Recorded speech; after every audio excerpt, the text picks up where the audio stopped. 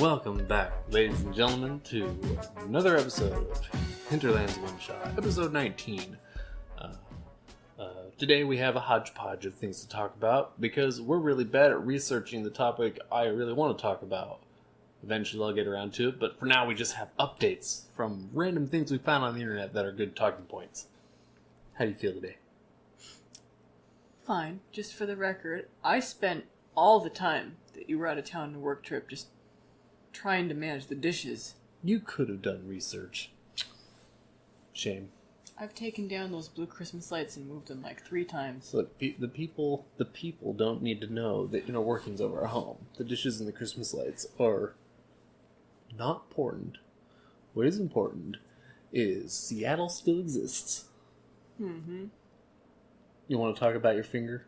I thought you were going to make a joke about how I was a bad wife. Well, that wouldn't be true. That would be disingenuous of me. Thank you.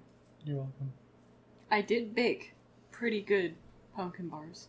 You're a little bit self-inflated, though, often. Oh, really? You just said, I did bake good pumpkin bars. Well, the joke was supposed to be that I'm a bad wife because I'm not good in the kitchen, but I do make deliciousness pretty often. Well, that just proves the truth of my words, that it would be a lie, because you baked. Mm-hmm. Anyway, you ruined my segue. You did. I said, Seattle still exists, and you just turned it right back around to our house, which we weren't going to talk about. We're not mentioning... No. Okay. Well, now we have to tell them. Yeah, I almost chopped my fingertip off. With a kitchen knife. All my scars come from the kitchen. Every single one. I've tried to teach you how to work a knife in the kitchen. You just can't do it. Yeah. But it's fine. It's sealed back down already. Yep. I only wore a Band-Aid for like 2 days, and then I ran out of Band-Aids that would fit, so I just let it breathe. And now the tip of my finger looks funny. Yeah, Band-Aids. Who needs them? But I did not get stitches. Stitches are for chumps. Stitches are for people who don't want scars. If you want cool scars, you don't get stitches. Yeah, well, if you go to the ER with a wound like that, then all they're going to do is clean it up, and probably just throw a butterfly Band-Aid on, and offer you a tetanus shot. Which is precisely what I did. What? Put the butterfly bandage on. Oh, yeah. But you did not give me a tetanus shot, because who needs that crap? Are you sure I didn't offer you one? I'm pretty sure. Do you want one now? No. Okay. Anyway, Seattle's still there. Yeah, there was a whole bunch of hoopla over nothing. Yeah, so for those for those of you who may not know, there was this growing interest in what might happen on November 3rd. And this has happened 3 times in the past couple of years, where this internet movement happens, and the people get all scared about this video or something rather on the internet that's telling you that this big cataclysmatic event is going to happen on such and such a day, and then the day comes and goes, and nothing happens. Nothing of significance happens on that day. Can't remember what the last one was, but I do remember it happening. Or rather, not happening. Was it, oh gosh, what was it called? The FEMA camp thing? Because that was years ago. No, there was one just a couple of years ago. Jade Helm? Was that Jade Helm? Oh, right. Jade Helm was one of them. Yeah. But then there was one after that, but before today. Yeah, I know because I was out at work. Yeah, I remember. I think it was like... And I told everyone at work, I was like, the world's supposed to end today? They're like, oh, interesting. And then the world never ended. Yeah, I proving me a liar. I recall that. I just don't remember exactly what the event was supposed to be. Anyway, this seems to come up here and there once in a while. There's just these random... I don't know why the internet... Can you stop changing things on the television? I'm going to start reading them. It's totally going to mess me up. I'm sorry. I was just making sure... I was just checking to make sure there was no breaking news. Oh, really? Yeah. So anyway, there's this video that somebody... Was it a European guy? I believe he had a pretty thick European sort of accent. Yeah, I'm not entirely sure what the channel was, because we were... We watched someone else's channel that was talking about this guy in his video. and various other people were talking about him. But there's one core video that came out, and the dude was like, remember 9/11? Remember how on The Simpsons they had all this pre-programming where they would give out subtle clues to the population about what was going to happen, and then 9/11 happened? What do they call that? Predictive programming, where they seed the population in popular media about these things that are going to happen, so as to mentally prepare people on a subconscious level for this event that's going to happen, and then it happens. Right? There's a guy who had some pretty compelling evidence that something was going to go down in Seattle today, November 3rd. So we were all interested in that, and a little.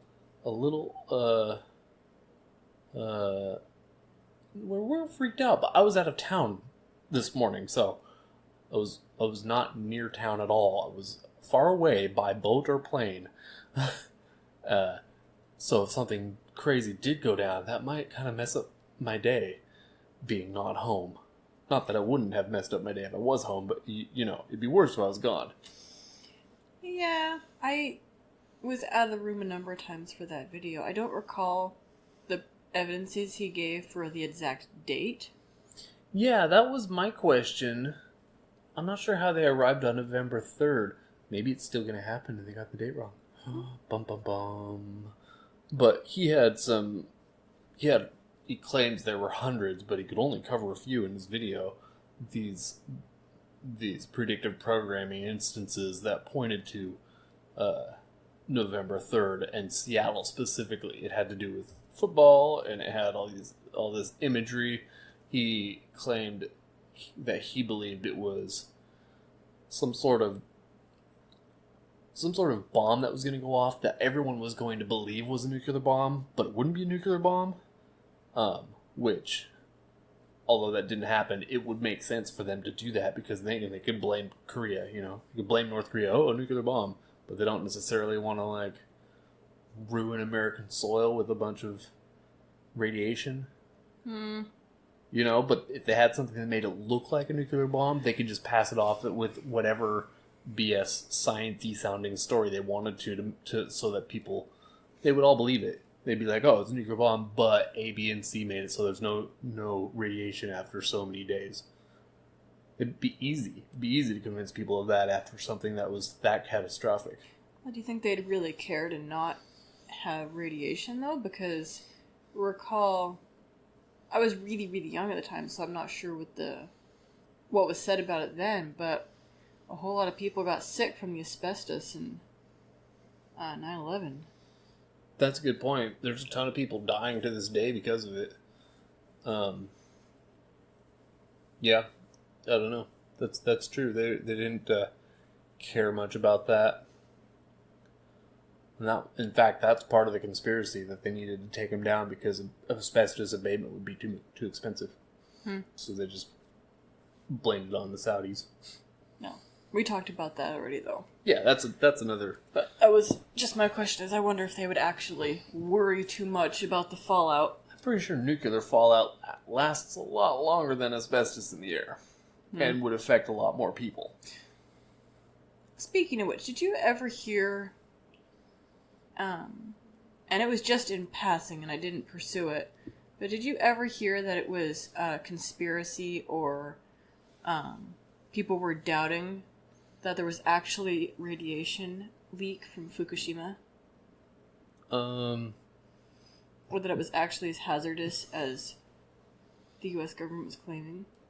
I'm not really sure. I know our conspiracy-minded friend was quite freaked out about the jet stream and the radiation going up into the jet stream and flying across the Pacific Ocean to rain down on all of us, and he was researching the best resources of iodide on the internet, and you know what I'm talking about. Yeah. Well, I recall my sister, who worked in the governor's office at the time, saying something about people being freaked out about the radiation getting into the fish and stuff like that. And I don't remember what she said about that, but I thought it was a matter of it wasn't as big of a deal as some people were making it. or they were really concerned about it. I feel like I've heard two sides of that. Like, some people were really, really freaked out and had evidences for why, and some people were saying this isn't really a big deal. Yeah, I don't know. I believe there's a number of people out there who still claim that it's a big deal, and we're still being affected by it, and people are afraid the fish have extra... I don't really understand. I'll admit, I don't really understand radiation and how... To me, radiation is... It's a weird thing, because to me it's light. You know what I mean? That's basically what radiation is. Sunlight is a form of radiation.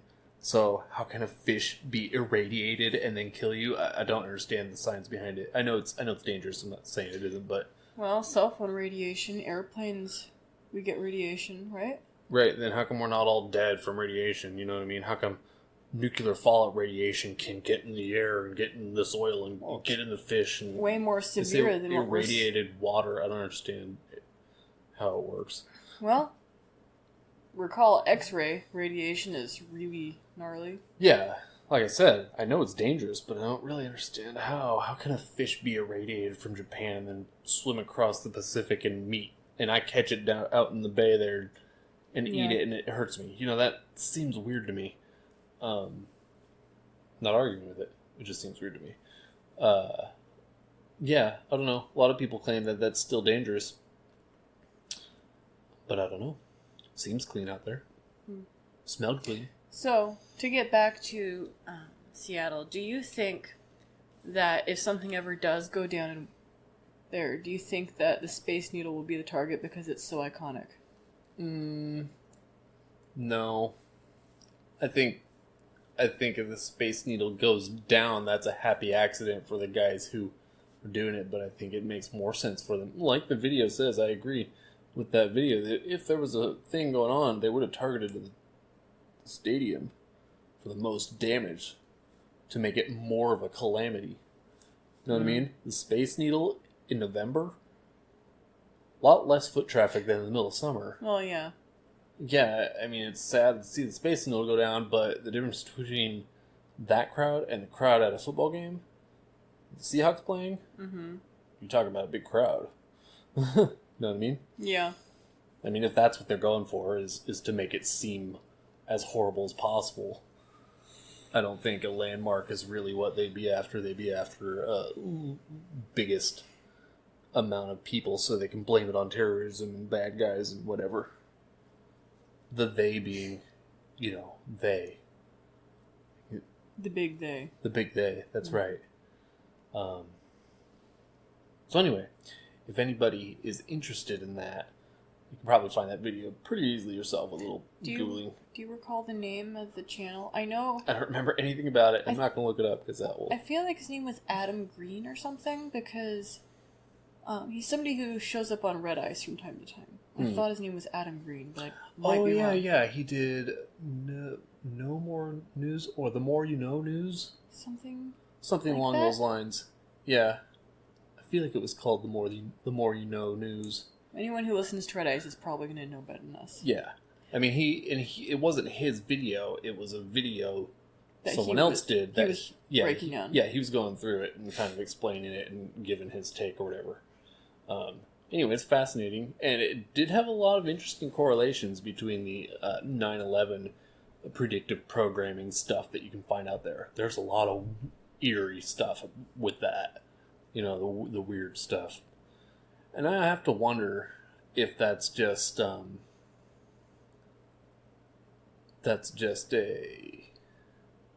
Not to get too esoteric, but I have to wonder if that's just a reflection of us being able to find things that correlate after the fact, but not before. Kind of like how prophecy works. Mm-hmm. They say, biblical scholars, they say, prophecy, anybody who studies prophecy with the intent of predicting the future is going to fail miserably. It can't be done.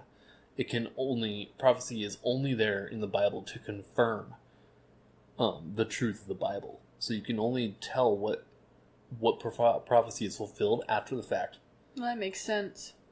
Yeah, it does make sense. They're written specifically in such a way by God so that you can't predict the future with them, but it's pretty obvious which ones are fulfilled after they happen. Mm-hmm.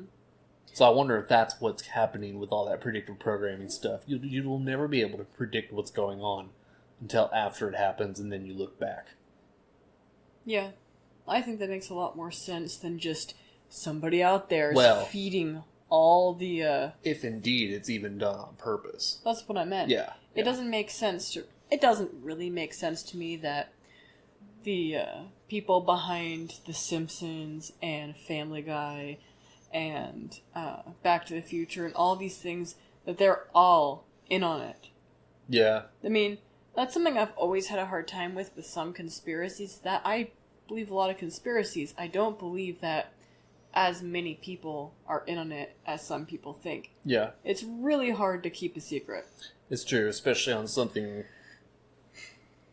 of that scale. Now, I believe that 9/11 there's all kinds of freaky inside stuff that we don't know that brought that to its end result. But I kind of agree with you in that. How do you keep the people who are writing The Simpsons, if they know, how do you keep them quiet? And the people who did back all this stuff that is secretly inserted into society, that's a huge amount of people. Yeah. There would have been somebody that said something.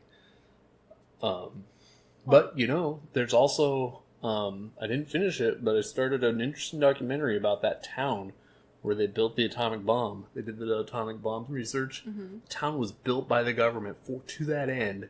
I thought a lot of filled to the brim with people who knew about it. They all signed non-disclosure agreements, and the secret was kept. It did not get out. I thought a lot of the people who lived there didn't know what was going on. A bunch of them did. Oh. Yeah, a bunch of them. And they weren't allowed to leave because they didn't want the secret out, on and on, but they all worked on it. Let's be fair, that was before the internet. That's true. That's a good point. Nowadays people can go on the internet and still maintain somewhat anonymity. It's true, but there's also... I was just talking to a friend who apparently... the other week, I was talking to a friend who knows someone who was a Navy SEAL. Dude's got almost no presence online. He basically... he gets online to communicate with his family or whatever, but you're not going to find out anything about him. I don't think people are even necessarily supposed to know who his family necessarily is.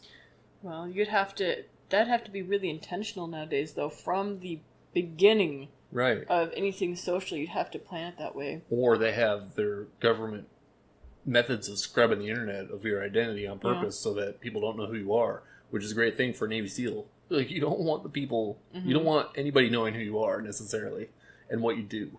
Because those are our dudes, our secret dudes. What was I getting at after that? I had a point after that. But then you get to things like, I believe that NASA is a big fake organization that doesn't do what they claim it does, and that's not that hard to do. It's a small number of people who do stuff there that need to know the info. And then it's just such controlled information out to the general population that it's not hard to control what people believe about it. You know what I mean? When it's such a controlled amount of information going out, you can mold it to however you want. People will believe it because you think it's the official story, but Anyway, interesting information systems and how to control them is an interesting topic. Well, do you think that it's a matter of... because I don't believe in modern-day prophecy. I think prophecy's all in the Bible. And that we've been told everything we actually need to know for the return of Christ. But do you think it's one of those things where something is out there telling people these things or planting it in their mind? When somebody's sitting down, they're writing an episode for something, is there... a little voice going, oh, you know what, that's a good idea? Or do you think it's a matter of truth is ever present in the universe, and some people just happen to stumble upon it? You're talking about predictive programming? Yeah, well, a little bit, yeah. Like writing things down or presenting things to the public that come to fruition later on. Yeah. Totally unbeknownst to the person who wrote it. Yeah. Do you think that angels or demons are whispering in people's ears when they're writing this? Or do you think it's, what is it, Calvinists who believe that every person knows about God innately? Well, that's kind of a general Generalization. Yeah, general revelation says that every person can divine the truth of a divine being, divine the truth of a divine being, by observing nature. That's basically what general revelation is. Yeah. And I'm not sure if it's Calvinist centric or not, but anyway, that's a good question. I feel like I've heard that before. It's not, I don't necessarily believe that. I just feel like I gotta stop saying that. That's such a dumb thing to say. I feel like I've heard. I know. I'm fairly certain that I've heard people say that they think that truth just exists in the universe, and it sounds like such a new agey, touchy-feely thing to say. Yeah, well, you're getting into something. It is new agey. Yeah. What do they call it? The Akashic record, something like that. I forget the word they give it. The something record. I know. You've heard of that? Talking about the problem is that the Akashic field is a thing from Eureka. Is it? So when I hear that, that's where my mind goes. I know it's something else we've talked about before. I don't think we've ever mentioned this in the podcast. No, I feel like you and I have had a conversation about it. I'm gonna look that exact same thing up, and hopefully Google will correct me and give me the right one, because I don't think that's it. But the Akashic record. I had it right, except I put an O instead of an A in it. Anyway, the Akashic record is it's pronounced Akashic, but it's a new agey concept where all truth exists in the internet at all times, and if you can just tap into it, then meditate on it. Well, probably yes. But then all knowledge ever existing at any time in the whole existence of the universe will be available to you to tap into, which means you can predict the future and you'll know everything that happened in the past. All knowledge, which it's kind of a dumb concept for temporal beings like humans. Well, do you mind taking a quick break so I can run this baby up to her crib? Sure, let's pause real quick. Okay, we're back. What were we talking about? The Akashic record. How do you say it anyway? Pretty sure it's Akashic. Oh. That's what Eureka tells me anyway. Well.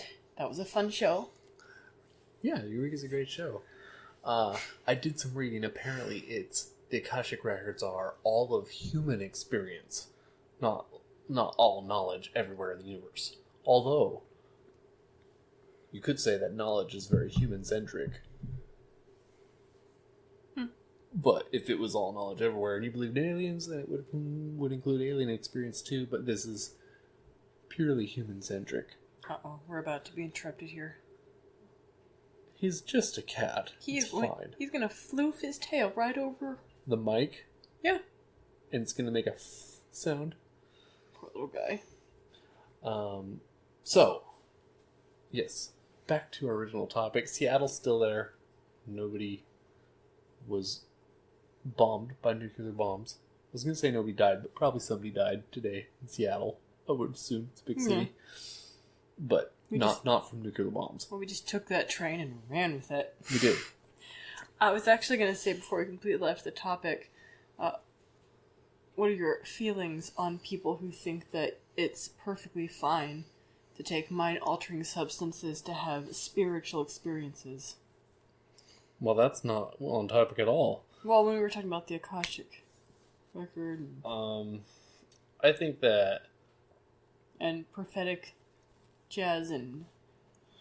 I think that we, as human beings, have DMT in our system for a reason. I don't know what that reason is, but I find it interesting that we have an hallucinogen that is created within ourselves. Why are you giving me that face? Every time I hear the words DMT, the Alex Jones song about DMT gets stuck in my head. Well, get it out of your head, because I wasn't referencing that. I know, but every single time. So, based upon that, there's definitely some sort of component inherent to the human experience that uses hallucinogenic properties. But in order to force it with something outside of your body is dangerous. You know what I mean? Mm-hmm. To cause that sort of experience on purpose. Something about that seems wrong. I don't get drunk every night because I enjoy the experience. I don't get high. You know, I think that's a mistake to cause yourself to be so different by an outside substance. And we talked about that when you were on your work trip too. You went out with your coworkers and you thought you'd had a little bit too much and you didn't really enjoy that. Oh yeah, no, I never want to overindulge. And I thought I might that night just because I ordered too much beer, but it ended up not being too much. I was fine. A little bit buzzed, but just it was pretty light. Well, you are a tall guy. I am a big person. Yeah, And, it's easy for me. So I mostly just thought that because I had a flight of beers.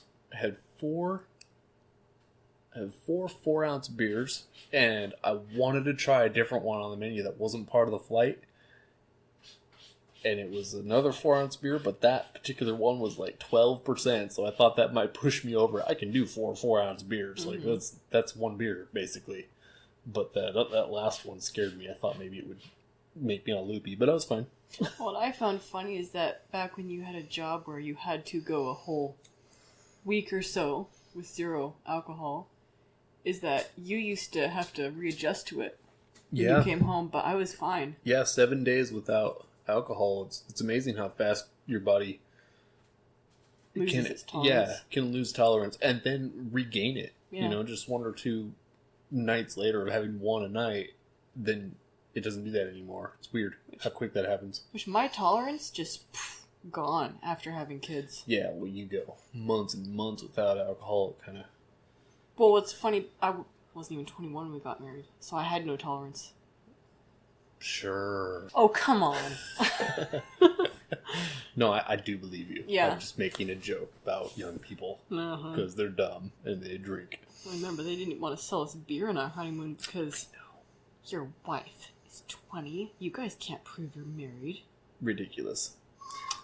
Anyway, I didn't mean to take that segue. Just totally hijacked the podcast again with these deep philosophical questions. I just wanted to ask your thoughts on people taking mind-altering substances. That's an entire other podcast you're getting into.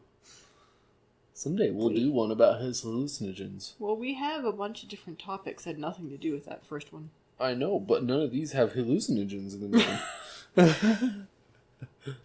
Keep checking the battery. So, moving on. Apparently Q is posting again. I've not paid attention to any of that. Well, Q was apparently silent for 94 days. 94? Something like that. 90-something days. Just enough time for them to take out that queue and post a new one? No, Q was silent. No, Q was silent. So, maybe I should back up.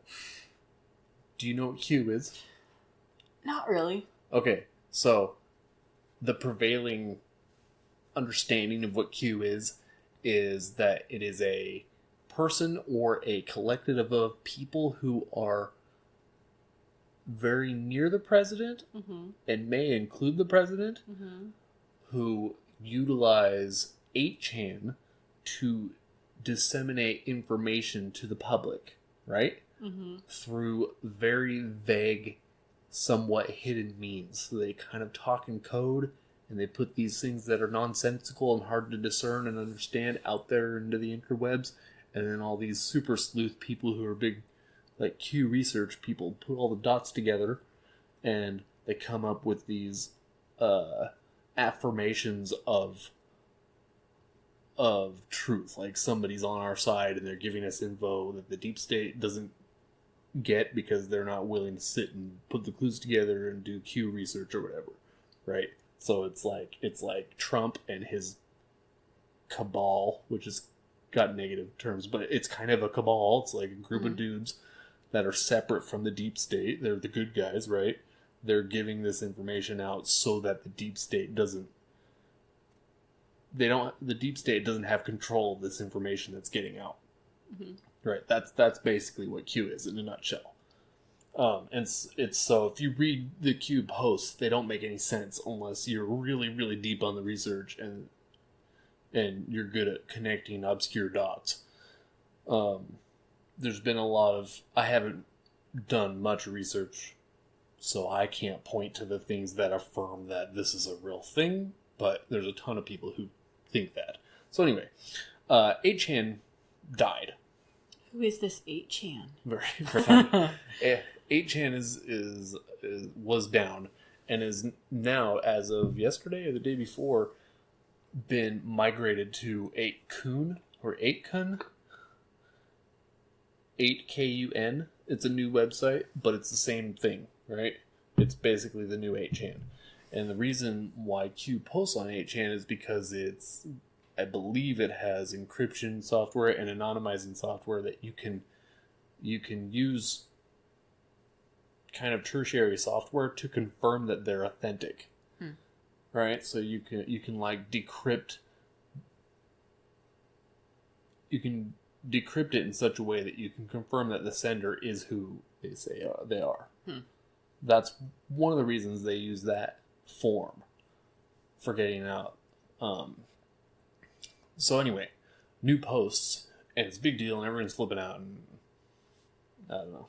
It doesn't mean a whole lot to me, except that I've noticed it feels cult-like to me. This is basically what I wanted to say. The whole Q movement, it feels cult-like. It seems a little weird. When I was traveling just the other day, there's a spot in that town where somebody took spray paint and wrote WWGA1WGA or whatever the acronym is. You know, when we go one, we go all. That thing. Which is like a Q army thing, right? It's like signaling that we know the plan and the storm is coming, and all these like code words and names that they have, and they have like this fervor and this excitement, and it's a little strange. I think that's happening everywhere, though. I think it's yet another sign that we're in the end times are near. Maybe I maintain that it could be a very long time still. I think we've been in the end times since, 70 AD? Yes. But I see a bunch of mini cults popping up, don't you? Yeah, but this one's scary because it's like MAGA hat wearing people. You know what I mean? The cult of Jordan Peterson doesn't scare you? Well, not as such, because that one's easy to go, y'all are cult-like. This one's scary in a different way, because... So, say it's all true. That's great. The president has his inner circle, and he's able to communicate with people on matters that the deep state and the government don't want us to know. That's great. I think it's awesome. Sharing the freedom of information through any means necessary is awesome. If the president has to do this weird, thing to get information out, that's cool. I'm happy that is happening, because I hate most government secrets. And I say most because some things need to be secret because of foreign powers using it against you, but they keep a lot more secret than they need to. So I think it's a good thing if it is a real thing, but I don't think it's a good thing that there's people who are kind of obsessed and weird about it. Do you think this is a continuation of Cicada? Or in the same vein? People having to figure out little puzzles and clues and follow rabbit trails. It's similar in some ways, but Cicada is it's on another level. Well, I know. Yeah, it's like trying to separate the most ultra smart people from everyone else and then recruit them into this thing that no one knows about. Yeah. It's a little different. So then I have a different question. Where was it that people thought that there was an FBI agent who was... Is it 4chan? Does 4chan still exist? I think so. I never go... I don't use those websites. Or Reddit. What is that for? Sorry. That was to clock out. I clocked out forever ago, but I had my timer going before. I thought that like maybe a week or so ago, people were theorizing, or it actually came out that there was an FBI or CIA person on one of these information sharing websites, either monitoring or sharing misinformation or something. There was a. I believe that there was somebody high level in an ABC group, as they're called. Alphabet. Yeah, an alphabet group that was. You're right. They were found to be basically LARPing as the other side on 4chan or 8chan, one of those, in order to feed disinformation into the system. Yeah, which is scary. They're basically a deep state operative at that point. Well, you saw that one of the big papers had an article the other day saying the deep state's real and thank God. Oh, or I something know. Like that. Yeah, well, there was some talking head. I didn't watch the video, but there was some guy who was basically admitted that the deep state is a real thing and that they are actively trying to take Trump down. Yeah, and it's a good thing. You should be grateful. Yeah, it's pretty wild that they would just come out and say that. Well, at a certain point, how much can they deny? Yeah, that's true. So the next thing I had written down was, and this feeds into the whole cult-like mentality. Is that there was this really renowned poster on Twitter. His name is Joe M, and Joe M was one of the researcher guys for QAnon, and he would put together the info and post it, and he kind of started to gain this big following.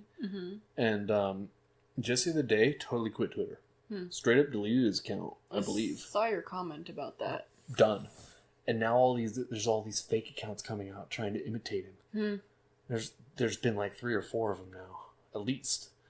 That I've seen 3 or 4, which means there's more than that. There's people trying to like get on there and suck up all his followers, to try and convince people that it's him again, but it's not, because the dude definitively, through other people, put messages out. I'm not coming back. And his reasoning behind it was it's too big to manage the Twitter account, and people are calling me a leader, and that's kind of screwed up because Donald Trump is the leader of the nation, So he's just done, which is pretty rad. He doesn't want it to be a cult, at least not one about him. Although, and that's kind of where I got this idea that it's a bit of a cult, because there's all these people in those comments. Oh, Joe M, I'm so glad you're back. It's not him, but they're all just like yearning for. They just are glomming onto this thing that they find their identity in, I guess. That must be it. It's that we've talked about that before. People don't have an identity, and they'll latch onto anything that they feel they can contribute to in some way, and it's scary. Anyway, well, do you suppose that just is another piece of the let's sort people into little cubes? It might very well be part of that. Seems to be where our society is going. Because we were talking earlier about how all of a sudden, boomer is like the big insult on the internet. The boomer playground. thing is so weird, It and just I can't came believe out of nowhere. I can't believe no one else is talking about how weird it is. It seems like it's like even Mike Cernovich. He had this big old thing about boomers recently, and the dude is like he's been around a while, but all of a sudden he's using this codified language basically that he's never used before, but he's like insulting people by calling them boomers. Oh, you're such a boomer! Like, oh, it's funny about that. Where did this come from? I don't recall last year, and I was on the community page earlier. Some woman who was witching about how she got denied another drink at brunch this morning or something like that. She got insulted and kicked out, and she was probably already drunk. Anyway, somewhere in that thread of comments that were all pretty funny, just out of nowhere, somebody said "boomer." Like it's gotten into everything. It's weird. So basically, if you're older generation and you complain about something, you're a boomer. Well, she wasn't. You're automatically. You just call them boomer, that's it. But that's what I've seen. I've seen it on people in your generation. That doesn't make sense. Using it as an insult against them. Like, oh, you're talking about this? You're complaining about this? You must be a boomer. Yeah, so basically it's just a giant term for anybody who complains about anything now. Yeah, or doesn't understand something, or anything that doesn't align with the commenter. Yeah. Makes you a boomer. Weird. And it just seems to me it's yet another thing. It feels like a psyop. Yeah, you said that earlier. Yeah. It seems like the big we, are coming up with more and more things to divide ourselves. I think they're perfectly reasonable things to be divided by, like race and religion. Yeah. Because those are very tangible things. Tangible, the right word? Yeah. Yeah. But, and we're coming up with more and more and more and more, and where's it going to end? Well, it's going to end with the Antichrist. Antichrist coming in to unite. Well, I was gonna. My first thought was Civil War, because a lot of people who've studied culture think that Civil War is imminent, like it's coming. Okay, we're good. We're good here. Yeah, I don't think we're gonna have a problem. Like the liberals here will not fare well, probably. No, I think they're too small of a group here, and they're too soft. There's too many like rough, grow up in the woods, mountain people around here to put up with too many mamby-pamby mama's boys. I had one of those knock on our door the other day. Yeah, they won't survive long. If they do survive, they're gonna have to come around to our way of thinking. And I should probably finish that so it doesn't sound weird. Somebody came to our door the other day with a petition for some environmental thing. Yeah. And wanted to do their spiel, and I had little kids running around potty training, so I told them, I'm for logging, mining, and drilling. Thank you very much. Well, if it can't be grown, it has to be mined, right? Isn't that how that works? Have you seen those bumper stickers? Can't be grown, it has to be mined? Not here. All I see here are a bunch of stupid no pebble mine stickers. Oh, well, yes, but I think that's a great bumper sticker because it's true. If it can't be grown, it has to be mined. Where else does stuff come from? You have wooden walls covered with drywall. One of those is mined, and the other one is grown. That's where everything comes from. Well, environmentalists just want to go out and graze like cows. Be breatharians till they die. Have you seen? We're really getting off topic from you, but have you seen that picture of how to mow the lawn if you have a vegan girlfriend or something? It's like a guy holding a girl down, and she's like chomping at the grass. That's horrible. It's hilarious. I had a friend who I'll tell his joke. He goes, he's talking to a vegan guy. He's like, when you put a steak on the grill, it starts to sizzle. It's good and hot, and you're searing each side, and you got your seasoning salt in there, and this smell comes up, and it's juicy, and your mouth starts to water. And the vegan guy's like, yeah, I understand that, even though I don't eat meat. He's like, you get that same feeling when you mow the lawn and you smell the grass?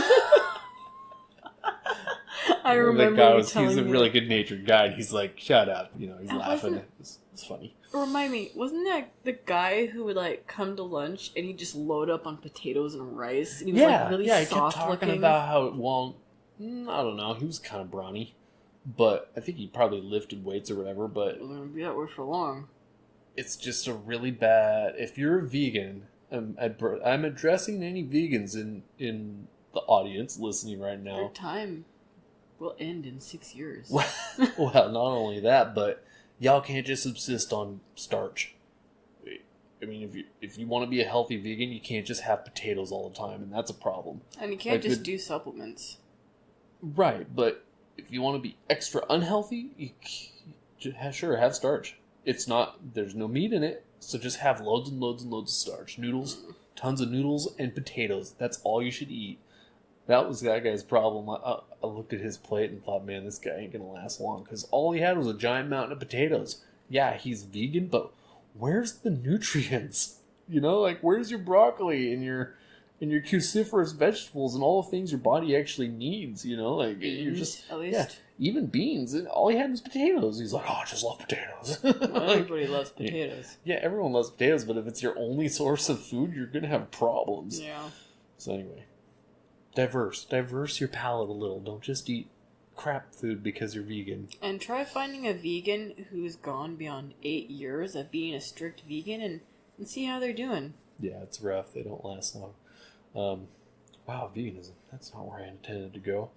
Our conversations just... They're organic. Yeah. Organic conversation. Yeah, so you want to... Speaking of veganism, how about them ugly women? I'm getting better at this segue. Oh, yeah. When I don't ruin it. So, yes. So we were recently talking about how movies recently that have come out, because they're so PC, they're trying so hard to appeal to that lefty liberal demographic, those raging feminists and soy boys and SJWs and the loud left. They've started making sure that there's no attractive women in their movies. Well, this was spurred a little bit by, we stumbled upon a YouTube channel that I feel like we've seen before, but I don't remember it. Yeah. And he mentioned in passing how women are threatened by women that are hotter than them. Therefore, if they want to appeal to feminists, they cast not attractive women. Well, yeah, there's also that problem where a lot of feminists are lesbians who don't find women attractive. They find men... Well, they think they're men. No. Right? They feel like they're men, and therefore they are attracted to women, but the problem is that those women feel like they're men too, so they end up being with women who look like men. No, you're generalizing. Well, that's why. There's a lot of ugly, mannish lesbians out there with boy haircuts and big, dumpy pants on. They just look like dudes. They look like fat dudes. Yeah, there are a lot of ugly lesbians in town. Yeah. I always seem to run into them when I'm out at the store. Like, on certain days, like, one day I went to the store, and I swear, every aisle I went down had a lesbian, the most stereotypical-looking lesbian. And those are real lesbians. The fake lesbians are very attractive to men. Yeah. Those aren't real lesbians. Otherwise, why are they attractive to men? Yeah, they're bi, generally. Yeah. Yeah. They're just posers. But no, I think it's a generalization to say that they're trying to be men, because that gets into the trans community, the intersectional. Oh, right. I think it's a matter of they're ugly, they feel crappy about themselves, therefore men don't find them attractive, so they latch on to other women who are equally ugly and unattractive to men because they're only attracted to themselves. Wow, that's an analysis right there. Well, most of the time, I've known in big air quotes, I've interacted with a number of lesbians over the years in jobs that I've worked with, and they're overweight. They have nasty personalities. It's because of all the soy. And their partner is equally overweight, kind of brusque and abrasive, and not attractive at all. You think it's because deep down they really just want a man? I think they're just miserable and they hate themselves. Oh, okay. That makes sense too. So, anyway, this also came up because we watched this funny video of this guy who found a picture of Ray that was drawn by a guy, and Ray has these huge gazagas and like calls her a mamacita. Yeah, he's like, oh, mamacita. Big old thighs, and she's very, very, very voluptuous. Therefore, I went upstairs and I put a booby shirt on for you. There you go. Very unrealistically voluptuous in this photo, and he's like, how come Ray can't look this way in movies? He's talking about how women are just flat and unattractive. Although Ray's very pretty. The girl, what's her name, Daisy Ridley? Daisy Ridley. She's good looking, but she's all covered up. She's extraordinarily modest. And very flat. She can't help that. They could probably put a shirt on her to make her, give her those fancy lifting bras to pump her up a little. But I mean, they don't absolutely zero sexuality in that movie. Yeah. From her. None. Well, she's not even got a love interest. It's gone. The femininity is gone. She may as well be a dude. Well, apparently there is a movement of people who love Rey, and they are shipping for her and what is his name? Finn? No, the villain. Oh, Adam Driver. Yes. I can't remember.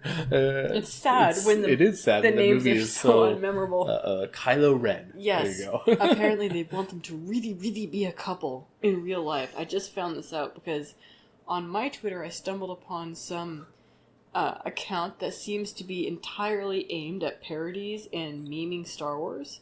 I see that would never happen because she's really pretty and a model, and he's like this barrel-chested wingnut of a dude with big old giant ears. And... apparently he's married and has a kid. Oh, is he? I didn't know that. Oh. Good for him. A strange-looking cat. Poor guy had to work with Lena Dunham for a few years, so... Oh, that could ruin any man. Yeah. Speaking of ugly women. Ugh. What I don't understand is why women, when they're ugly and they have a certain personality, they work to make themselves even uglier. And this is gonna crush some feelings out there probably. People like dyeing their hair, but I always see these women with blue hair, pink hair, every color of hair except natural colors. What's with the lefty movement and the multicolored hair? Well, the thing is, they're always fat and they don't take care of their hair. I could understand if, Big Red, she at least styled her hair. She was nasty looking. Remember the patriarchy? Oh, her. Yeah. Yeah. She at least styled her hair. Yeah. She was nasty looking because she had the worst bitch face I've ever seen. But she styled it. But you see these women who dye their hair aquamarine and then they just let it go. Mm-hmm. And I don't understand why. I don't know. I don't understand the You're right, it just seems like And then you've seen not to interrupt you, I'm sorry. It seems like the ideology that so many people ascribe to that causes... Now, this is the extremist side of it, but it kind of causes... The result of it is Antifa and extreme third wave feminism and LGBTQ, AIPP, whatever letters are in that thing now. The trans movement, my sexuality is a fluid, I'm demisexual, all this. Why? How come the ideology that lends itself to that also lends itself to weirdo hairstyles that are anti-feminine and attractive to, normal dudes? Normal dudes that aren't gay or bi and have demisexual fluid genders, normal dudes. Or white knights. You pull the hair up and you shave half of it and you leave part of it long, and that part that's long is this puce color. Ugh. Why? I don't get it. Well, all you gotta do is go on Leftist Cuck and his videos on Tinder. Is it Tinder? Oh yeah, the it's horrible just Tinder how profiles. How do these people exist? I don't know. And how do these people find other people who exist like that? All I can think is that it's a mental disorder caused by going so far away from God. It must be. Because I think it ties into modern art. Maybe onto something there, because there's so much modern art that is just horrible. If you're honest with yourself, it's terrible. Yeah, and I think it must all come down to dumbing down the population, because we were talking about this a while ago. There's some kids' drawings I can't stand. I think they're so ugly. And I got a couple of children's Bibles for our kids, and one of them has such ugly drawings. And the other one is great. It's like comic book. They're not ugly, they're just kind of juvenile-ish. Yeah. It's like a child with lots of talent drew it. Yeah. And clearly, which makes sense because it's geared towards young kids. It's supposed to appeal to little children, but at a certain point, your taste has to mature. Yeah. But I think that it's not. And that's the same problem I have with adult cartoons, is that it's all very crass. It's got, in big air quotes, adult humor. Yeah. Which is often very foul. but it's presented to you in a juvenile fashion for easy digestion. Yeah. Well, that's one of the things I always really... And I'll always say it. I'll always say the only adult, in air quotes, adult cartoon that I enjoyed was Futurama, and even it had an awful lot of stuff I didn't like. But South Park drives me crazy. Partly because the animation is horrible, but also because their social commentary and the satire is often extremely well written. I may not agree with the politics behind it, but it's like smart, biting satire, which is fine. You know what I mean? And often pretty funny. It's true that they'll poke fun at anybody, which is their prerogative, and even if I disagree, that's fine. It's the based, disgusting humor that they just like stick in there as well that bothers me. Like, that's not funny to me. That's not smart. It's not clever. I don't know why it appeals to anyone. It makes it so I don't watch the show at all, even though there's this chunk of the show that I do appreciate. It's always intermixed with this other just disgusting stuff. If they could remove that and have the other stuff, I may give it more of a chance, but I won't, because I know it's always lurking in there. You see Family Guy or South Park? South Park. There's always this foul, disgusting stuff that's hiding within the like smart, biting satire that they have, and I just don't want it.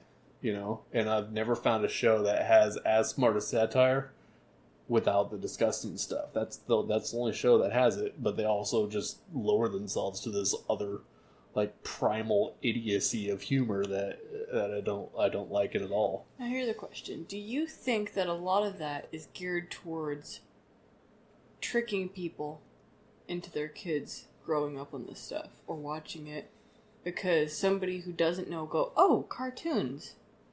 Oh, I don't think any... I'm sure it exists, but I'm pretty sure most people who watch satire won't let their children watch it. I'm not saying people who actually actively watch it. I mean, I'm sure there are people. There's some I don't think parents. there's even a lot of parents who are that ignorant of South Park that they just let their kids watch it thinking it's a kid's show. I want to say 95% of people who have ever even heard of it know that it's not for kids at all. Well, but on the other hand, there are people who've taken their 6-year-olds to rated R films. Oh, that's true. And we've seen them. Yeah. I forget what movie that was at. What movie was it where we're like, I can't believe there's a kid down there? I want to say Godzilla, but I don't think it was. Well, Godzilla isn't rated R or anything. It's scary, but it's not rated R. King Kong? I heard... That wasn't rated R either. No, somebody told me that they saw some little kids at King Kong. But there was some movie that was rated R. Yeah, there's something you and I went to, and I was like, that's not right, having a child that young down there. People do. They pack their kids along. To be fair... We did bring our child to a frightening movie once, and he was out cold because he was nursing. Yeah. He was very, very young. And What movie was that? That was Annihilation. Did we bring him to Annihilation? That was a freaking movie. Holy cow, that was a scary movie. Yeah, but we had noise-canceling headphones. Yeah, and a nursing cover. Yeah. Basically was just oblivious to what's going on. We got some dirty looks from our friends who have no children. Yeah. But, we'd never actually bring our child who's awake and not, he was going to look at the screen. Speaking of which, Annihilation. Good movie. Doesn't have ugly women in it. But they whitewashed her. Did they? She's apparently half Asian in the book. Oh, really? I didn't know there was a book, but apparently there is. You know how... Did you hear about how the movie came about? How the director came up with it? Mm. Apparently, the movie is not based on the book, as it were. The dude read the book like 20 years prior and didn't reread it before he made the movie. It was a movie made off of what he remembered and his impression of the book. So it's like the game Telephone. It's like somebody played Telephone, and the guy on the far end of the line tried to make a movie of the original story. That's kind of how that movie is made. I guess the book is quite a bit different, which is an interesting way to do it.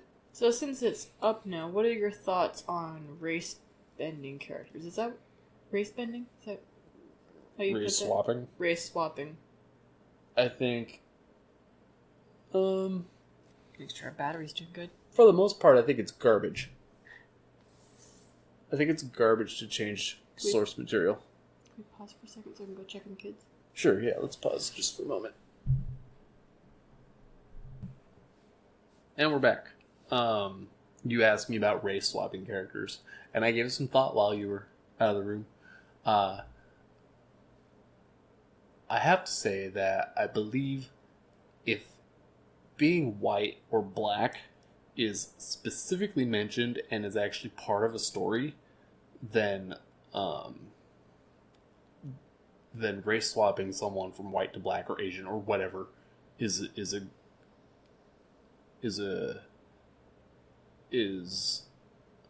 a sin against that story. It should never happen. But if it's never mentioned and it's not part of the story, then who cares? What about the origins of the story? What do you mean? Like, say, the Little Mermaid coming up. They've made her into a black girl.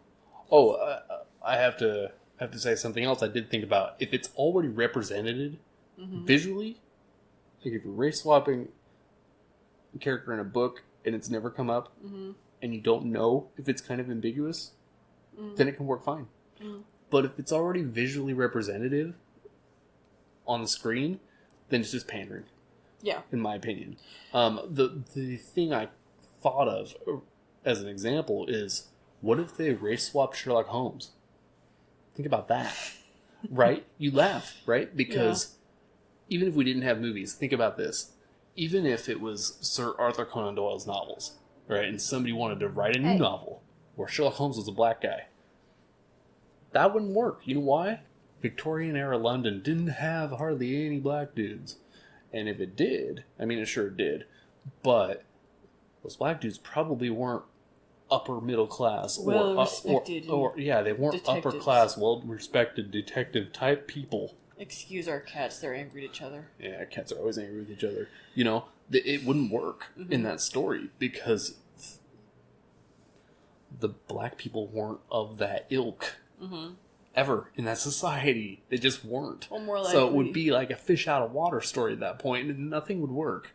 Everywhere he went, people would raise their eyebrows because of this upper middle class black guy that doesn't exist in their society. You know, it just wouldn't work. More likely, if they did that, they'd make Watson black. That way, they'd have ample opportunity for people to raise their eyebrows at a black doctor, and then for someone to smack him down. Yeah, exactly. Yeah. And then it would be all about race, which is Yes. the wrong thing to do because that story is not about race at all. Well, I mentioned it because we were talking about animation. I don't remember what in that topic made me think of it, but I was thinking... Oh, we talked about Annihilation, which brought us to half Asian to race swapping. I was thinking about... what... The name of that movie's escaping me. Scarlett Johansson. Ghost in the Shell? Yeah. People were witching about that. Yeah. About her being played by a white actress, which the reasoning behind that makes sense if you work it out to its fullest, is if they cast some random Asian woman, nobody would go see it, except for the, rabid anime fans. Yeah, I'd go watch it. I like Ghost in the Shell, the original. I never got to finish watching. You watched it without me. The original? No, we watched the original. You watched... Oh, the new movie. Yeah, you watched the new movie without me. Oh. But my point is that I haven't watched very much anime, but most of what I've seen shows that I've got kind of a thing for representing white people. Well, that's not necessarily true because pretty often, hear me out, pretty often in anime, they have an American. He doesn't look anything like the other characters. He's got like these huge round blue eyes and usually blonde hair, and they don't look the same. I haven't seen very much, like I said, but it seems like there's a lot of Caucasian features represented. And as I recall from the original anime, she doesn't look overtly Asian. She's also a robot. She's also a robot. Yeah. So, I think there's a line, and I think the line is when you are intentionally pandering. Yeah. It doesn't, it doesn't make sense to take a story like The Little Mermaid, which is, as I recall, a European fairy tale, which has always been a redhead. Yeah, it's a Hans Christian Andersen story. And they've made her into a black girl. Yeah, and that's messed up. And the only time I can recall that happening was and it actually wasn't even Ariel. It was in Once Upon a Time. They did an origin story for Ursula, and she's black, and her father is king of the seas and whatever. Yeah. And then there was a Black Cinderella years and years ago, which I never watched, but my mom had the music book from one of her students. Mm-hmm. And boy, you want to talk about pandering? As I recall, the king was white. Was it Brandy? I don't. It was played by Brandy, wasn't it? Brandy who? Brandy. That was her. I don't know her whole name. She's like Aaliyah or Queen Latifah. They all have one name, like. I don't recall. She's an old school R&B singer. It was somebody. It was some singer or other. But anyway, Cinderella was black. So was the fairy godmother. The king was white. The queen was black, and the son was Asian. That's what it showed me. Yeah. So it just. Ugh.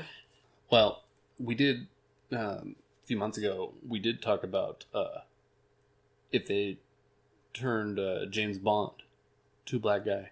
Only if it's Idris Elba. Yes. Well, I think there are other men that could handle it. Other black guys. And also, oddly, I don't have that much of a problem with it. One, because James Bond, his character has nothing to do with his race. It's modern enough that being black in Great Britain, there's tons of black people in Great Britain, and they all have that beautiful, posh British accent, So... It could work fine, Like, nobody's gonna balk at a black guy in Great Britain is upper class, who wears tuxedos and is a Secret Service agent. That seems fine. The source material lends itself well to it. As long as they don't make it like in the show where everybody is got this thing about how he's black. They just need to treat him like a normal dude, and it's going to be the same character with a different guy playing it who happens to be black. It'll be fine, I haven't seen anything recently that casts... Let's not say a black lead. It's always a side character who's close to the lead, and people have to make a big deal out of that. It seems like in movies and TV shows, at least mostly TV shows, the main character's white, but the close second is black. Yeah, and people have to make a big deal out of it. Yeah, and I think that's where it bothers me the most is when people make a big deal out of it. Like, I've never made a big deal about anybody I know being black. Unless it was funny and I knew them well enough that it was funny. Why is it funny? Because it's funny. Well, sorry. But, so, in turn, like, if you make a show where somebody's black and nobody makes a big deal about it, it's more like real life because people just don't generally make a big deal about other people's skin color, or ethnicities or whatever. It just doesn't happen in real life. So it would be fine then. But if they did, it's obvious pandering. Well, do you think that life is starting to imitate art, though? You think people are making more of a big deal about other people's skin color nowadays? Yeah. I don't know. I guess it depends on where you are. Because locally, no. Locally, there is some anti-white racism. Mostly from natives. Well, yeah. But that exists everywhere, but not in a polite society. If you go down to the ghetto, people are going to make a point of pointing out that you're white. You're in the ghetto. You probably don't want to be there. You're in the wrong place. Well, so the point I was going to make, though, is that my problem is that why do we have to go around race swapping now? It's fine when they do it to white characters, but if you do it to a non-white character, all hell breaks loose. It's true. If they changed a black guy to a white guy or a woman in a movie, you'd never hear the end of it. As shown by Ghost in the Shell. That's a good point. And I didn't even think of that. at this point, if they made a whole new MCU and Nick Fury was white, people would freak out. Even though, and I didn't know this, apparently the original Nick Fury is white. Yeah, but people would freak out because all they know is Samuel Jackson. I should dig out some of my old collector cards and show you the original Nick Fury in white. Yeah. In white. What a dumb way to say it. In whiteface. Yeah. Yes, in whiteface. But my point is that why can't they just make something new? Why can't they make something of their own? Yeah, well, nothing is new nowadays. That's the other problem. Well, stories... Everything is either sucking up all those nostalgia views. Yeah. By just rehashing or making a sequel, or they're just telling the exact same story with new races. Nobody writes anything new nowadays. It's garbage. Yeah, which is something that's come up in the some of the communities I'm in on social media, is that since I'm in a writing community of sorts, people are complaining from time to time about how there's so many stories out there. A lot of them are garbage, but a lot of them are good, and nobody's making movies or TV shows out of them. All they want to do is rehash what they've already done. To be fair, there have been original I don't want to say original movies. There's been movies made of original works in the past so many years, and some of them have gotten big. What were we just talking about? The movie. We brought our son to it. Scary Monster. Annihilation. Case in point, it's kind of an obscure book, not one I heard about before the movie came out. Great movie. Didn't do well, It though. didn't do that well, which is odd because it was very feminine driven, but they were like real women rather than this ideologue, this fake, strong, powerful ideologue women. They're all like broken women who are very sad, which made it a good movie. You know, it had some real life deep meaning to it, which is kind of what I wanted to say earlier, but we got on to the topic. Anyway, you're right, it didn't do well, but like Passengers, I thought was good. Even though you hate her, I still thought the movie was good. She's such a one-sided actress. Original. Yeah. I hadn't heard of it, not based on something, not nostalgia views. Mad Max Fury Road. Yes, it's Mad Max, but it's the original director. He can do what he wants with this property. New story. Fantastic movie. Versus my all-time favorite, I think. So there has been... They do come out. They're just not the big hitters, They're not the ones you hear. They're not the ones that get promoted real hard. Well, off the top of our heads, let's name some movies that are being remade. There was Ghostbusters. Yeah, stinking... They gender swapped all of the Oceans. Sort of, I guess. But they made an Oceans movie that nobody watched. They've just made another Terminator. Yeah, Terminator with almost all women. Which apparently isn't doing well. Just like drug Arnold through the dirt again. Yeah. Well, they made him a joke. Yeah. They made him a joke in the last one, too. Yeah. Which I think started with number 2. Number 2 was good, but they started making him a joke in that. No. A little bit, didn't they? No, number 2 is he sacrificed himself to save him. Right. At the end of number 2 is amazing. Yeah, but he was like teaching him stuff and trying to humanize him. And okay, so I guess I'll take it back. Number 3. Number 3, which, They had him go into a stripper bar. But then they've also got Charlie's Angels coming out. And have you noticed the ads for that? That'll be the second time they've remade it. The first 2 movies were remakes of the 1970-something TV show. And I saw one of the old movies. I didn't like it. I thought it was garbage. They're terrible. Yeah. They're absolutely terrible. Well, none of those women are very good. I guess Lucy Liu's okay. I haven't seen her in much, but the other ones are just kind of, they're playing this character again. Yeah. But, have you noticed the ads for that? I haven't watched any of them. I haven't watched them intentionally. They're on Twitter. There's this ad on Twitter. Yeah. All it shows is Kristen Stewart. That's all they show. Just her. That's because the other characters don't matter. She's the one with the name. Well, I'm just thinking who else is even in it? A bunch of unknowns. I mean, I recognize them. There you go. I recognize them, but... it's just like those B-rate movies that have Liam Neeson in it for like 4 seconds, and his name is across the top, big bold letters. He's not even in it. 4 seconds. They do that all the time. That one rabid liberal who played Effie Trinket in Hunger Games. She is playing the character, I believe, that was played by a dude. Yes. Yeah, he's the... I forget his name in the show, but he's like the guy that sends them out on missions. Mm-hmm. Yeah. So, I don't know. So they even managed to feminize the one dude character in there. Mm-hmm. What a dumb thing to do. No, all I can see is that it's going to be a movie... And I know it's always been a movie about Girl hot power. women kicking ass, but they've managed to They probably won't even be that hot in the new movie. That's the thing. Well, Kristen that's Stewart our has a topic. butch cut. Yeah, of course she does. She's probably bi. Well, of course... Well, They're probably going to get some sort real of... life, apparently. They're going to get some sort of sexual preference in there. In the original, they were all into men. In the remake, they were all into men. Because that came out in the 90s or early 2000s. It is so... And the new one, guaranteed one of them will be lesbian or bi. At least one of them. You know what I was thinking? I've been rewatching Stargate, and I was thinking, this show isn't that old. Not a single agenda that I can see. It's a 90s show, isn't it? Yeah, but it didn't... It ended in 2000s. Went on for 12 seasons? It's 2019. Well, you know what I mean, though. 20 years ago was 2000. I'm aware. I'm just saying, it's not that old. No. It was still going...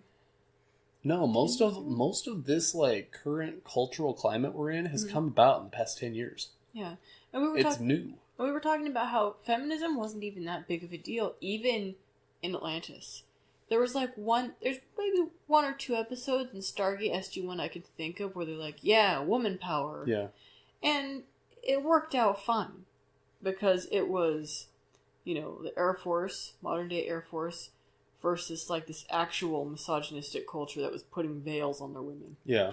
But, even in Stargate Atlantis, yeah, you had Taylor, but she wasn't, she was part Wraith, so it made sense that she was a badass. So, it's funny to go back to shows that aren't that old. Also, really? she ends up getting pregnant and having a baby and was all womanly. And... To be fair, I think they wrote that just because she actually got pregnant. Yeah. They couldn't hide it. Yeah. But I appreciated that they threw in some questions and struggle for her with whether or not she should continue with what she was doing now that she had a child. So I mean, they had some good writers on those shows. Yeah, they did. But I was thinking you always see these TV scenes and stuff. They do videos on old shows, and they've done some Friends breakdowns. Thinking this show really wouldn't be made nowadays. Some of these episodes would not happen. Absolutely not. It wasn't that long ago. Nope. Yeah, I often wonder how long. I wonder two things. I wonder if they keep going on this track of pandering to these, admittedly small groups of crazy people who are very loud and insist on making sure everything has them in it, all inclusivity and diversity, and making sure there's plenty of women leads and black leads and blah blah blah. We have to have our gender queer character in every TV show that comes out now, on and on and on. Mm-hmm.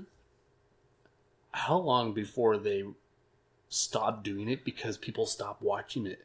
Well, the new Terminator movie is bombing hard. It's not getting any money comparatively. Joker is ahead of it.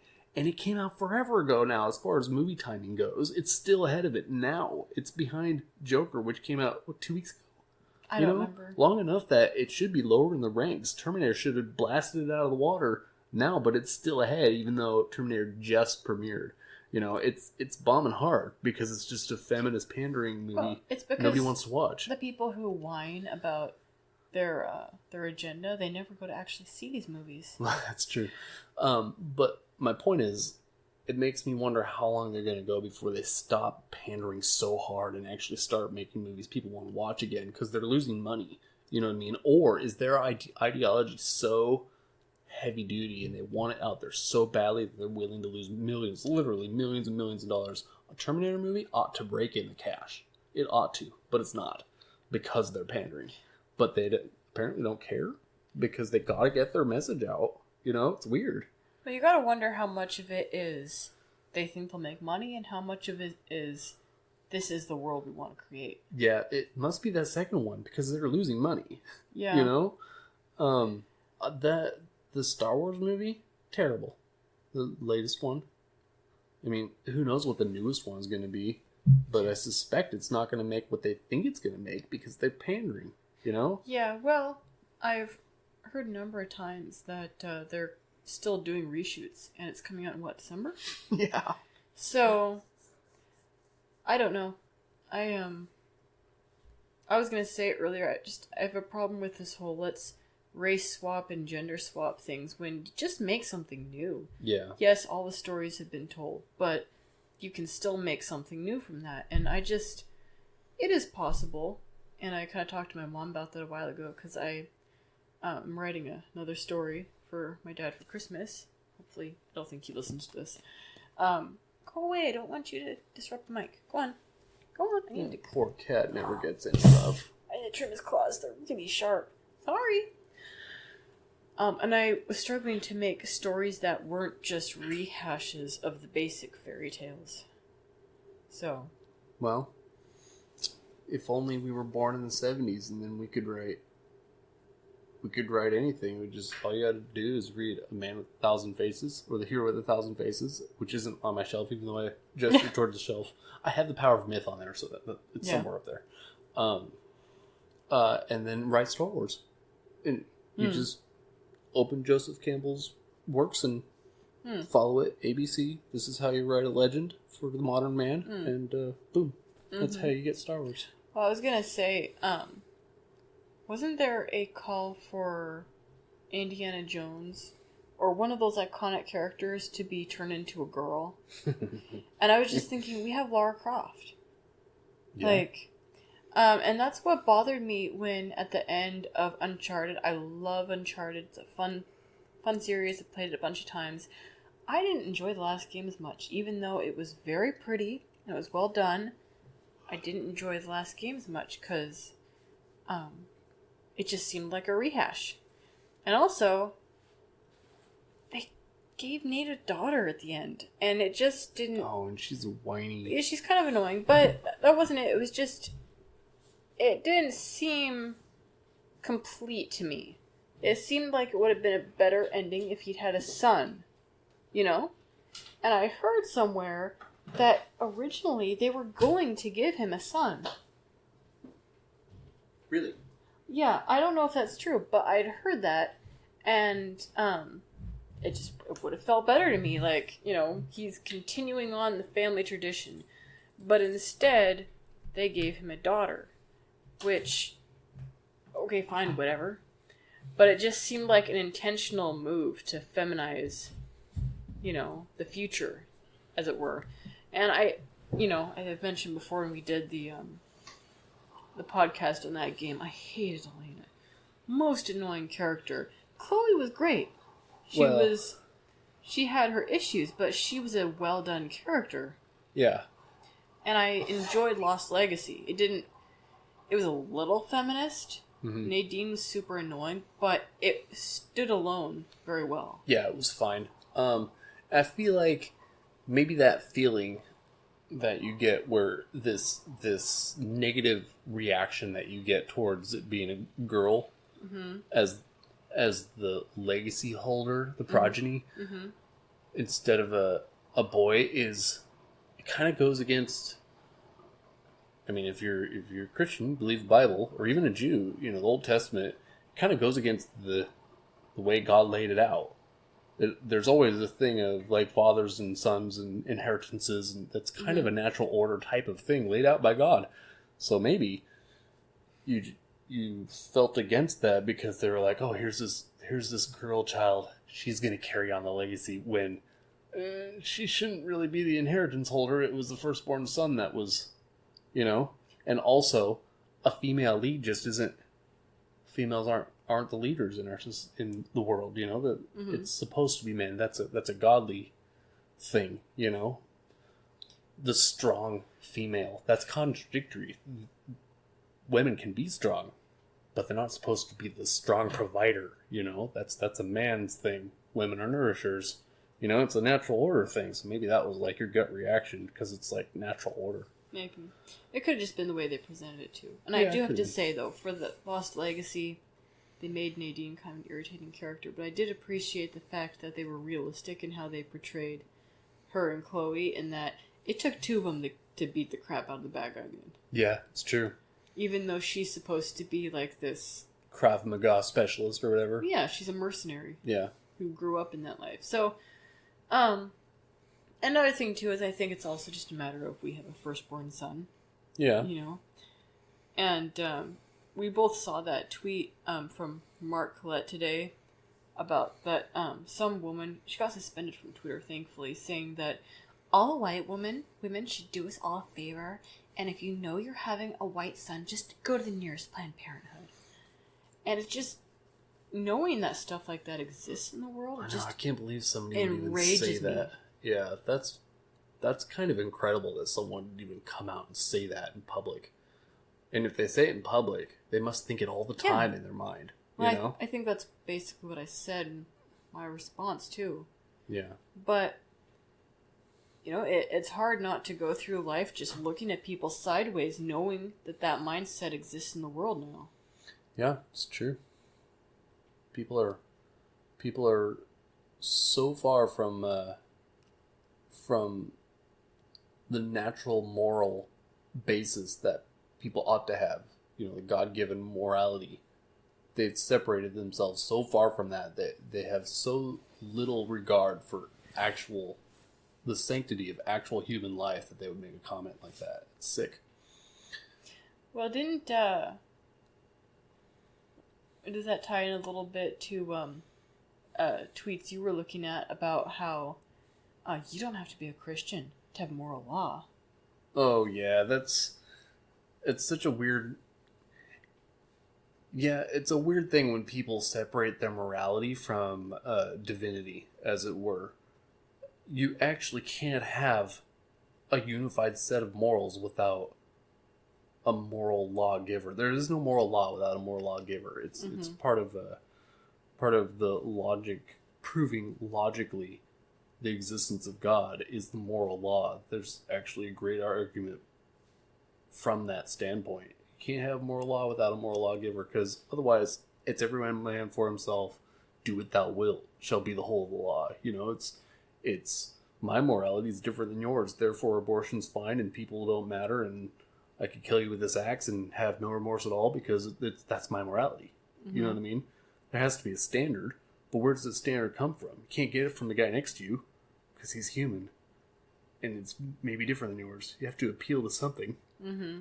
So anyway, yeah, that was a little bit of a tit for tat between two people where one guy made, at its base, he made a claim about Christianity and the morality inherent therein, and the other guy just took the wrong side of that argument, and because it was aimed at libertarians, it was jabbing at libertarians. The other guy, an atheist or Satanist, I'm never sure what he is. I won't say who it is. People can probably figure it out if they look deep enough. But he did this video where all he talked about was libertarianism and its merits, and how they wouldn't do this and they wouldn't do that and they wouldn't do the other thing because of A, B, and C. When the very first part of the other guy's tweet was about Christianity, so he put a moral framework around Christianity as his basis for what he was saying against libertarianism. But the other guy didn't address Christianity and morality at all. He just said, well, libertarian wouldn't do that because A, B, and C. Well, he took the wrong part of it. Yeah. I was disappointed. Well, what do you expect from someone who... It's true. Yeah. Well, my problem is that I saw from someone else that it might have been the same tweet that, well, libertarians stand for this, this, and this. From what I've seen, you can't claim that libertarians stand for this, conservatives stand for this, liberals stand for this, because people are individuals at the end of the day.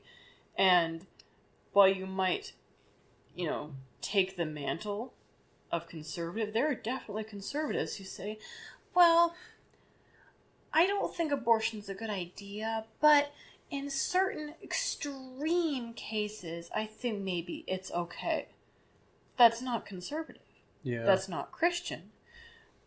But they still claim the mantle of being conservative. So at the end of the day, nobody can really as I've gone and done it myself right now, I don't think anyone can say conservatives believe this, Christians believe this, because people will take the mantle and the name and make their own claims. Yeah. And I think you can say, without a doubt, Christians believe the Word of God. Real Christians do. And that's the moral framework that we have. But, there are a lot of, quote, big air quote, Christians nowadays who think Jesus was a good man. And they like to go around saying, well, what would Jesus do? Jesus would open the gates, and he'd bring in all the sick migrants, and he'd give them all our money, and we'd make sure that we all have health care. This is a dumb argument. Well, it's just, ugh. Then there are Christians who don't believe a lot of the Old Testament stories. They don't believe the miracles of Jesus. And, I can't believe people like that. Yeah. And I can't believe people are Christians when it doesn't show in any way in their lives. It's true. Were there notes back in your notebook? It's next to me. Oh. But that's pretty much it. It's all. Podcast is over an hour and a half long. It's plenty of content. Some of that's dead air. Not much of it. But I think that's where we'll wrap it up. Little godly message at the end. Yeah, somehow this podcast that was supposed to be about conspiracies wasn't it? Not this particular podcast. I'm talking about. I know, we talk about our faith an awful lot, don't we? Yeah. That's fine. We could have a Christian podcast. People will eat that up. Yeah. We need to talk. That's the only reason we're talking about it. We're actually atheists/Satanists. Oh, yes. And we just are taking on the mantle of Christianity to get those views and likes. Right. Is that what we're doing? But those Christians and those Catholics, they're responsible for all the slaughter throughout history. That's right. All the pain. They just go into people's countries and kill them willy-nilly. They've left a trail of bloodshed through the centuries. Oh. We're going to talk about the Crusades someday, but not today. Don't say it. I know what you have to say about it. Don't say it. I wasn't going to say it. I was actually going to say we need to do a podcast about Alaska. You know what we need to do? We need to encourage traditional families, Christians, to come to Alaska. Bring your skills. If you're hardworking, you want to work, you want to make the state better, please come. Please do not come if you're from California and you believe in environmental policies. There are plenty of Christian families in California who work hard. I don't want anybody who actually made California what it is with their policies to come here. I don't want anyone who voted for Bernie. If you shaved half your head and dyed the remaining of your hair fuchsia and are demisexual, then don't come here. Yeah, we don't want you. We don't want you. Sorry. But I was just thinking the other day with somebody else's tweet about asking where they should move. I was just thinking, it would be nice. Alaska's pretty empty. And it would be nice. Because it's really hard to live here. It is, yes. Strangely, our homeless population is increasing. And a lot of them die every year of exposure because it's really hard to live here. I gotta wonder about what we were talking about the other day about... Because I saw this video from someone. It might have been a conservative resurgence about New York shipping out their homeless to other states. Really? Yeah. How about that? We're surprised. Yeah, just dumping them in other states and giving them just enough to go for a little while, and then they've got to figure it out for themselves. I remember seeing on a community page, somebody made a post on their smartphone, apparently, about how they needed something to get through the winter, and they were living in a tent, and they were from New York or that area. And I was just thinking, how the heck did you wind up in Alaska? Mm-hmm.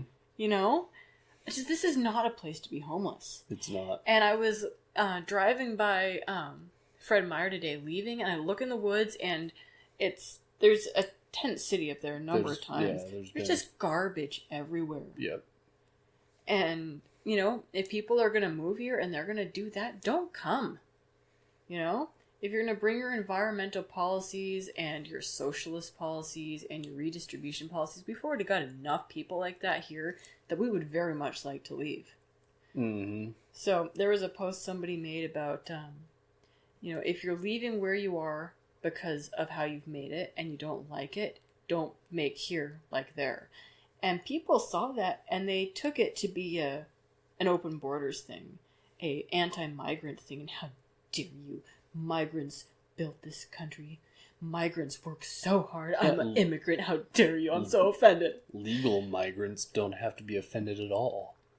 No, if they actually come here with a purpose. That's like 95% of the time people talk about people who shouldn't come to the country. They're not talking about legal migrants. Those people work hard to get their citizenship, and they come here and they get jobs and are respectable people. Oh, what's funny though no is problem. that the post wasn't about migrants. It was about down southers. Yeah. You know? So, and well, we've got a huge Filipino community, and as far as I've met, they're hardworking people. Like, a lot of people don't like them because they always talk in their own language, and they have culture that's different than them, and they don't like that. But I don't like talking to Asians on the phone. I can't understand. It's rough, sure, but I mean, they all come here on green cards, and a lot of the time they work really hard to get their citizenship. You know, like it's fine. Yeah, that's the American. That literally is the American way. Like, to be fair, how many of them are sending all their money back home though? That's fine too. That's part of the game that they play. The exchange rate for the Philippines is fantastic with American dollars. 40-1, or was last time I looked. You can literally off $1,000 you could live for like 6 months over there. Anyway, or longer. It goes a long way. Anyhow, thanks for that tangent when I'm trying to shut the podcast off. I can't remember what my original point. Oh, we were saying how it would be nice if people who had traditional values, who were Christians, moved to Alaska to help build it, because we've got so many industries. We've talked about this before. There's so much that could happen here, but we're not allowed to. Yeah, well, we need more people with traditional values in our government so that we can progress rather than being at a stagnant standstill like they always keep us, because they don't want to open the mine because it'll pollute the salmon stream and blah blah blah. And that's the thing, that the lefty who knocked on our door, he latched on to mining. When I said mining, he latched on to that because the whole thing was roadless. The roadless rule, which I haven't looked into very much. I don't know what it is. But he mentioned the salmon stream and everything. I was just thinking, Alaska is more than its salmon industry. It's also extraordinarily big. It's so big. People don't even realize how big it is. It is absolutely humongous. Yeah. So, anyway. That was all I had, I guess. Alright, we're putting it to bed then, because it's late. It's, but it's daylight savings. If that hasn't changed, then it's not that late. It's late. It has changed. Which means my computer is way off, because my computer has been an hour ahead all year. That means it should be dead on now. No, because we're an hour behind. Oh, how come it's been ahead an hour? I don't know. You reset it, and it did that. I reset it. You reset my computer. Fault. Yeah, it's all my fault. Okay. Find us on Twitter at Hinterlands Feed. That's it. I'm not going to put the website out there. We should just link that all. We need to build a website. I have a website. We need to build a website. It's www.hinterlandsmedia.com. That's my domain. If you go there, it brings you the podcast. Eventually, we're going to have other articles. Right now, all we have is a Father's Day message. But if people are listening to this podcast, they don't care about the domain because they're already listening to the podcast. And that's all it does is bring them to the podcast. That's true. Yeah. Anyway, tell your friends. Tell your mom. I'd love to have your mom listen to our podcast. Not unless they're lefties from California. No, especially if they're lefties from California. I'll get all those hits. And then I'll never get them again because they'll be like, these people are trash. I'm not listening to them again. Okay. All right. Anyway, thanks everyone. Good night. Night.